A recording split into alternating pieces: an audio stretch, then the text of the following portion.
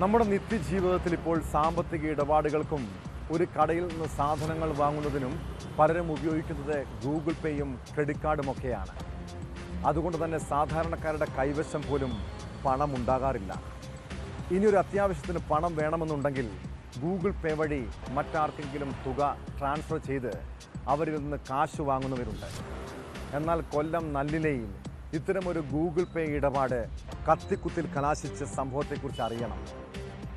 കടക്കാരൻ്റെ അനുമതിയില്ലാതെ 200 രൂപ ഗൂഗിൾ പേ വഴി ട്രാൻസ്ഫർ ചെയ്തതാണ് വധശ്രമത്തിലേക്ക് നയിച്ചത്.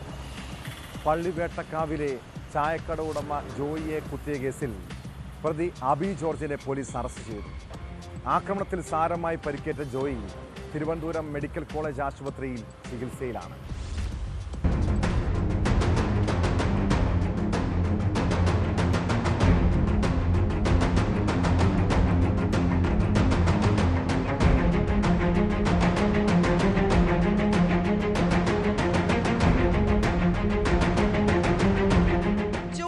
കടയിലെത്തിയ അബി ജോയിയോട് ചോദിക്കാതെ കടയിലെ QR കോഡ് സ്കാൻ ചെയ്ത് അക്കൗണ്ടിലേക്ക് 200 രൂപ അയക്കുകയും ഈ പണം ആവശ്യപ്പെടുകയും ചെയ്തു.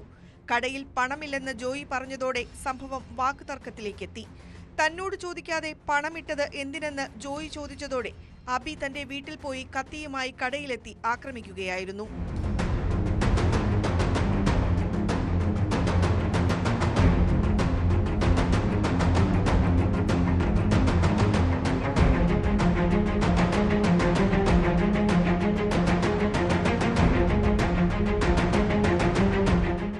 നേരെ കുത്തിയപ്പോൾ ജോയ് പ്രതിയുടെ കൈതട്ടി മാറ്റിയതിനാൽ കത്തി വയറിന്റെ ഇടതുഭാഗത്ത് കൊള്ളുകയായിരുന്നു.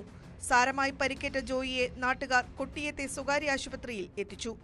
പ്രാഥമിക ചികിത്സ നൽകിയ ശേഷം ജോയിയെ തിരുവനന്തപുരം മെഡിക്കൽ കോളേജ് ആശുപത്രിയിൽ പ്രവേശിപ്പിച്ചു. സംഭവസ്ഥലത്ത് നിന്ന് കടന്നു കളഞ്ഞ പ്രതിയെ രാത്രിയിൽ നല്ലില ബദേൽ പള്ളിക്ക് സമീപത്തു നിന്നും പിടികൂടുകയായിരുന്നു. ചാത്തന്നൂർ SP അലക്സാണ്ടർ തങ്കച്ചന്റെ നിർദ്ദേശപ്രകാരം കണ്ണനല്ലൂർ SHO ആൻഡ്രിക് ഗ്രോമിക്കിന്റെ നേതൃത്വത്തിലുള്ള പോലീസ് സംഘമാണ് പ്രതിയെ പിടികൂടിയത്. കോടതിയിൽ ഹാജരാക്കിയ പ്രതിയെ റിമാൻഡ് ചെയ്തു.